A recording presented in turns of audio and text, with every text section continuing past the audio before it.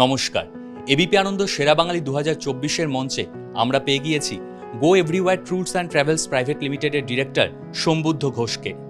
তার কেমন লাগছে আমাদের এই অনুষ্ঠানের সঙ্গে যুক্ত হতে পেরে একবার শুনে নেব। 20তম বর্ষে যে সেরা বাঙালি অনুষ্ঠানটা হচ্ছে এবিপি আনন্দ, আমি অত্যন্ত ধন্যবাদ জানাই এবিপি আনন্দকে যে এনারা আমাকে ইনভাইট করেছে এখানে আসার জন্য।